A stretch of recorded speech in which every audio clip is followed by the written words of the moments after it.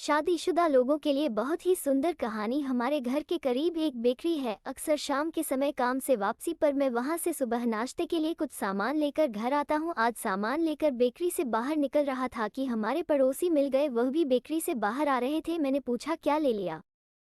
साहिल भाई कहने लगे, कुछ नहीं रमेश भाई, बस कुछ भेज रोल जलेबियां ली है पत्नी और बच्चों के लिए। मैंने हंसते हुए कहा, क्यों, क्या आज भाभी जी ने खाना नहीं पकाया?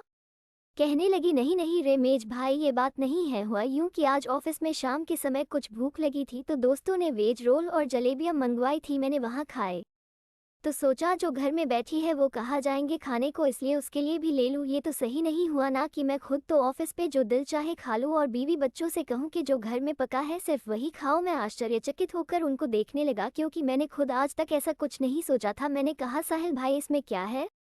अगर आप ऑफिस में कुछ खाते हैं तो आपकी पत्नी और बच्चे भी तो घर में जो दिल करे वो खाते होंगे। वो कहने लगे, नहीं नहीं रे मेरे भाई, वो बेचारी तो इतनी सी चीज़ भी होती है तो मेरे लिए अलग से रख लेती है। यहाँ तक कि अगर अड़ोस पड़ोस के किसी घर में से कोई चीज़ आती है तो उसमें से भी पहले मेरा हिस्सा निकाल कर रख देती है, बाद में बच्चों को देती है। अब ये तो खुदगर्जी हुई ना कि मैं वहाँ दोस्तों में गुलछर्रे उड़ाऊं और पत्नी और बच्चे घर में दाल चावल खाएं। मैं आश्चर्य से पूछने लगा, गुलछर्रे उड़ाऊं? यह वेज रोल और यह जलेबियां, ये गुलछर्रे उड़ाना कब से हो गया साहिल भाई, इतनी मामूली सी चीज़?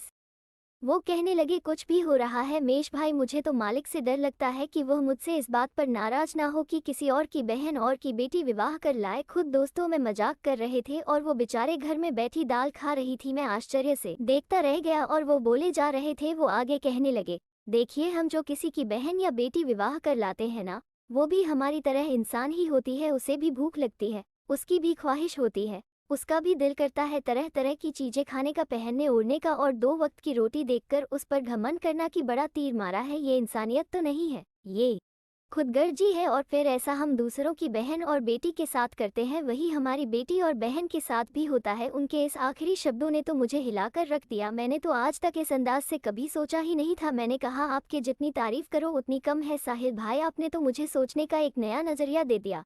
मैं वापस बेकरी की तरफ पलटा तो बोली, आप कहाँ जा रहे हैं? मैंने कहा, आइसक्रीम लेने। वो आज दोपहर मैंने ऑफिस में आइसक्रीम खाई थी। फिर हम दोनों हंसने लगे। आशा करती हूँ कि एक कहानी आपको पसंद आई होगी। कहानी पसंद आई हो तो लाइक, सब्सक्राइब और शेयर करें और